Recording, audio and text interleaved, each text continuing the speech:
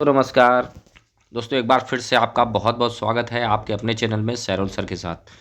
दोस्तों, जैसा कि आप जानते हैं कि भारतीय इतिहास के अंतर्गत मध्यकालीन इतिहास के वीडियो की सीरीज चल रही है और इसमें दिल्ली सल्तनत से संबंधित मैं 4 वीडियो आपके लिए बना चुका हूं और मुगल वंश में भी बाबर से संबंधित जितने भी इम्पोर्टेंट प्रश्न हैं उनकी वीडियो मैं बना चुका हूं। दोस्तों, आज की वीडियो जो है वो आपकी हुमायूं से संबंधित प्रश्नों की है और इसके बाद जो है आप अकबर, जहांगीर, शाहजहां, औरंगजेब सभी की वीडियो बनेगी। तो दोस्तों वीडियो पर बने रहिए। चलिए दोस्तों, मैं आपको एक चीज़ बताना चाहूँगा कि दोस्तों अगर आप एमटीएस की तैयारी शुरू करने जा रहे हैं या फिर जो है आप यूपी पुलिस भर्ती की तैयारी कर रहे हैं, तो इसके लिए आपके लिए ये वीडियो जो है बहुत ही इंपॉर्टेंट साबित होने वाला है। देखिए दोस्तों, मैंने आपको बताया था कि मुगल वंश के अंतर्गत एक चीज़ बताई थी, भाजसा। ठीक है दोस्तों, इसमें बाबर, हुमायूं, अकबर, जहांगीर, शाहजहां और औरंगजेब, जिसमें एक वीडियो बाबर से संबंधित मैं बना चुका हूं, दूसरी वीडियो जो है हुमायूं की है। ये एक दूसरे के उत्तराधिकारी थे, जैसे कि बाबर का उत्तराधिकारी हुमायूं, हुमायूं के उत्तराधिकारी अकबर, अकबर के बाद जहांगीर, जहांगीर के बाद शाहजहां, शाहजहां के बाद औरंगजेब। तो दोस्तों आज की वीडियो जो है हुमायूं से संबंधित है, बने रहिए दोस्तों शुरू से अंत तक। इसमें वेरी वेरी इंपॉर्टेंट क्वेश्चन को कंबाइंड किया गया है और बहुत ही कम क्वेश्चन है, बहुत ही कम समय लगने वाला है दोस्तों। शुरू से अंत तक वीडियो को देखें, एक एक क्वेश्चन इंपॉर्टेंट है, एक एक नंबर आपके लिए जीवन के लिए बहुत महत्वपूर्ण है। चलिए दोस्तों, बिना समय गवाए पहले क्वेश्चन को पढ़ते हैं। देखिए दोस्तों, सबसे पहला क्वेश्चन है कि हुमायूं के उत्तराधिकारी का जन्म निर्वासन में हुआ और वह केवल 13 वर्ष का था जब उसके पिता की मृत्यु हुई। तो दोस्तों, जैसा कि मैंने अभी आपको बताया था कि हुमायूं का उत्तराधिकारी BHA भाजसा, ये शब्द आप याद रखिएगा, भाजसा। तो हुमायूं का उत्तराधिकारी कौन? अकबर। ठीक है दोस्तों, तो आप यहाँ पर इस चीज़ को समझ सकते हैं कि अकबर की जब 13 वर्ष की उम्र थी उस समय हुमायूं की मृत्यु हुई थी और हुमायूं का उत्तराधिकारी कौन था? अकबर। ठीक है दोस्तों, तो ये आपका ऑप्शन नंबर सी। चलिए नेक्स्ट क्वेश्चन देखते हैं। सूरी राजा को हराकर हुमायूं ने अपना राज्य वापस कर लिया था। दोस्तों, हुआ क्या था कि हुमायूं ने जो 2 युद्ध लड़े थे, एक चौसा का युद्ध और एक कन्नौज का युद्ध, 39 और 1539 और 1540 में दोनों युद्ध हारने के बाद हुमायूं जो को निर्वासन कर दिया गया था। हुमायूं यानी कि एक तरीके से भाग गया था और काफ़ी समय जो है इधर उधर घूमने के बाद फिर उसने दोबारा से एक लड़ाई लड़ी थी और वो लड़ाई लड़कर के मतलब हुमायूं ने अपना राज्य पुनः वापस किया था और वो लड़ाई जो लड़ी गई थी सिकंदर सूरी से। चलिए नेक्स्ट क्वेश्चन देखते हैं दोस्तों। कन्नौज का युद्ध कब लड़ा गया था? दोस्तों, मैंने आपको बताया कि चौसा का युद्ध लड़ा गया था 1539 ईस्वी में और कन्नौज का युद्ध लड़ा गया था 1540 ईस्वी में। दोनों ही युद्ध जो हुए थे वो किसके बीच हुए थे?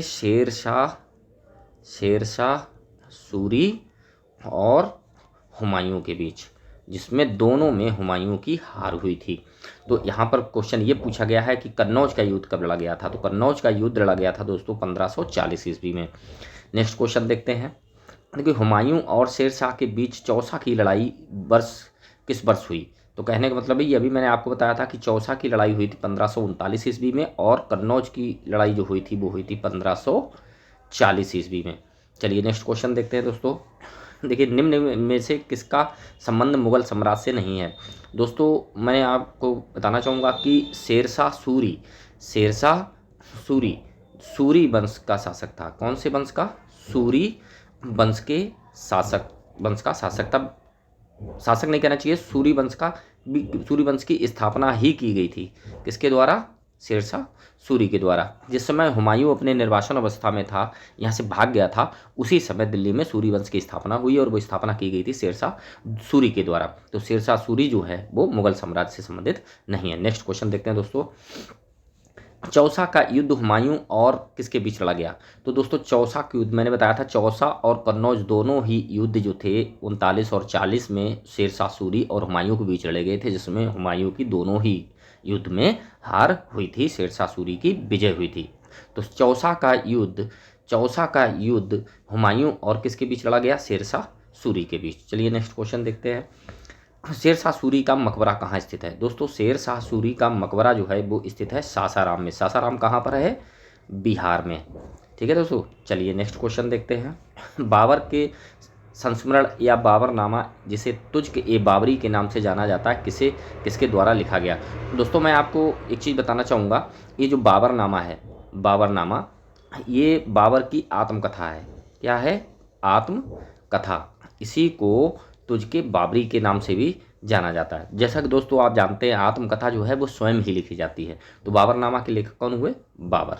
चलिए नेक्स्ट क्वेश्चन, हुमायूं का जन्म कब और कहाँ हुआ था। तो दोस्तों हुमायूं का जन्म जो हुआ था वो हुआ था काबुल में। ठीक है, तो काबुल में हुआ था। और तो आप यहाँ से डेट अपने आप समझ जाएंगे, 6 मार्च 1508 काबुल में हुआ था।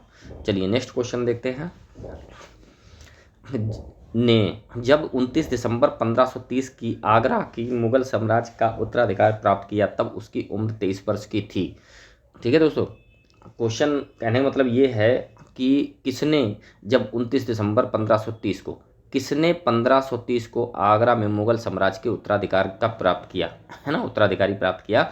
तो यानी 1530 में अपने उत्तराधिकार में जब गद्दी प्राप्त की थी, तब उसकी उम्र केवल 23 वर्ष की थी। वो कौन था? तो वो था नसीरुद्दीन हुमायूं। हुमायूं का पूरा नाम है नसीरुद्दीन हुमायूं।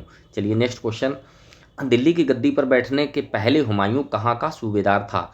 तो दोस्तों दिल्ली की गद्दी पर बैठने से पहले हुमायूं जो सूबेदार था वो था बदख्शां का। और ये बदख्शां कहाँ है दोस्तों? ये है अफगानिस्तान में। कहाँ है? अफगानिस्तान में। चलिए नेक्स्ट क्वेश्चन देखते हैं। दोहरिया के युद्ध 1531 में हुमायूं ने किसको पराजित किया था। दोस्तों दोहरिया का युद्ध, इसे देवरा का युद्ध भी कहा जाता है। क्या कहा जाता है? देवरा का युद्ध भी कहा जाता है। और ये दोस्तों हुआ था मुगल साम्राज्य यानी मुगल सेना जिसका नेतृत्व हुमायूं के द्वारा किया जा रहा था, और एक अफगान सेना थी उसका जो नेतृत्व किया जा रहा था वो किया जा रहा था महमूद लोदी के द्वारा। तो ये हुमायूं और महमूद लोदी के बीच देवरा का युद्ध हुआ था 1531 ईस्वी में, और इस युद्ध में हुमायूं की विजय हुई थी और महमूद लोदी की क्या हुई थी? हार हुई थी। ठीक है दोस्तों, चलिए नेक्स्ट क्वेश्चन, जब हुमायूं ने 1532 में चुनार के किले की घेराबंदी की, उस समय किले में कौन था।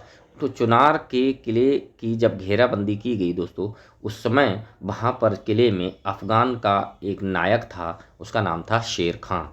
चलिए नेक्स्ट क्वेश्चन, चौसा के युद्ध में 1539 में हुमायूं को किसने पराजित किया था। दोस्तों मैंने आपको बताया कि 1539 और 1540 ये चौसा का युद्ध और ये कन्नौज का युद्ध, और दोनों ही युद्ध शेरशाह सूरी और हुमायूं के बीच लड़े गए, और दोनों में ही शेरशाह सूरी की विजय हुई थी। तो चौसा के युद्ध 1539 में हुमायूं को किसने पराजित किया था? शेरशाह सूरी, जिनका दूसरा नाम शेर खां था। नेक्स्ट क्वेश्चन देखते हैं दोस्तों, हुमायूं और शेरशाह सूरी के बीच बिलग्राम या कन्नौज का युद्ध कब हुआ। तो दोस्तों मैंने आपको बताया था कि कन्नौज का युद्ध कब हुआ? 1540 ईस्वी में, लेकिन यहाँ 1540 दो ऑप्शन है, तो यहाँ पर जो डेट आपको कंफर्म करनी पड़ेगी वो है 17 मई 1540। चलिए नेक्स्ट क्वेश्चन देखते हैं दोस्तों, किस युद्ध के पश्चात हुमायूं को भारत से बाहर कर दिया गया था। मैंने बताया था दोस्तों कि हुमायूं को जो है देश छोड़ना पड़ा था, और हुमायूं जो है निर्वासन होने के लिए भाग गया था।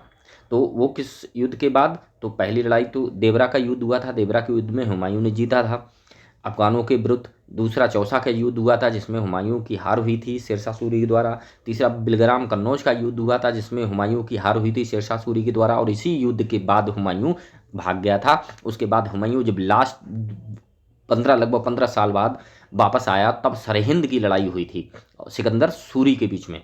सिकंदर सूरी के बीच में उस युद्ध को हुमायूं ने जीत लिया था और अपना जो है शासन दोबारा प्राप्त किया था। तो दोस्तों भागने की कंडीशन जो आई थी वो किस में आई थी? बिलग्राम या कन्नौज के युद्ध में 1540 ईस्वी में। चलिए नेक्स्ट क्वेश्चन देखते हैं दोस्तों, किस युद्ध में हुमायूं को विजय मिली जिसके फलस्वरूप मुगल सत्ता की पुनर्स्थापना हुई। तो दोस्तों मैंने बताया था कि बिलग्राम कन्नौज के युद्ध के बाद जो है भाग गया था हुमायूं, और उसके बाद जब सरहिंद की लड़ाई हुई थी, सरहिंद की लड़ाई में ये मतलब जो है हुमायूं ने अपना दोबारा से जो है अपना शासन सत्ता स्थापित की थी, और ये लड़ाई हुई थी 1555 ईस्वी में। ये किसके बीच हुई थी? सिकंदर सूरी के बीच में।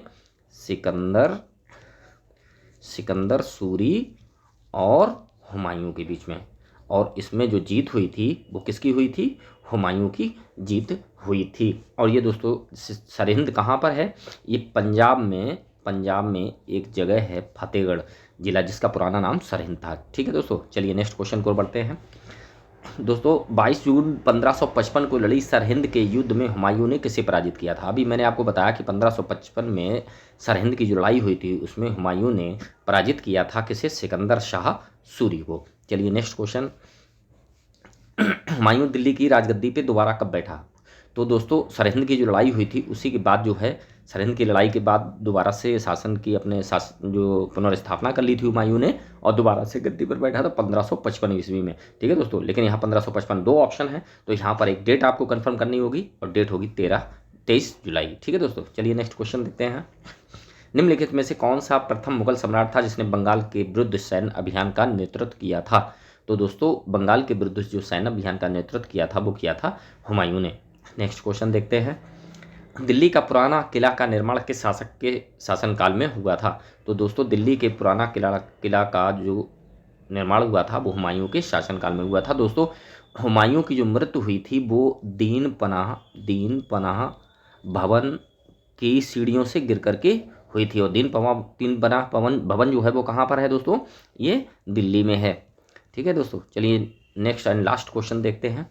किस मुगल शासक ने 2 बार शासन किया? तो अभी आपने देखा था कि हुमायूं ने एक बार शासन किया और 2 बार युद्ध हारने के बाद भागना पड़ा, उसके बाद काफ़ी समय बाद फिर दोबारा से अपना शासन स्थापित किया था। तो कौन शासक था? हुमायूं। तो दोस्तों ये थे आपके very very important question Humayun से संबंधित। नेक्स्ट वीडियो दोस्तों अकबर से संबंधित लेकर आऊँगा, और लगभग आगे जितने मुगल वंश के शासक हैं सभी से संबंधित वीडियो बनेगा। तो दोस्तों जो है आप वीडियो को देखते रहिए, वीडियो का लाभ उठाइए, और मैं आशा करता हूँ और आपके लिए शुभकामनाएं करता हूँ कि आप जो है अपने एग्जाम में जल्द से जल्द सफल हों। दोस्तों एक एक क्वेश्चन आपके लिए इंपॉर्टेंट है, आप सभी पर नज़र डाल लीजिए। वीडियो अच्छा लगा हो तो लाइक शेयर करिए, और चैनल पर नए हैं तो प्लीज़ सब्सक्राइब कर लीजिए। बहुत बहुत धन्यवाद दोस्तों।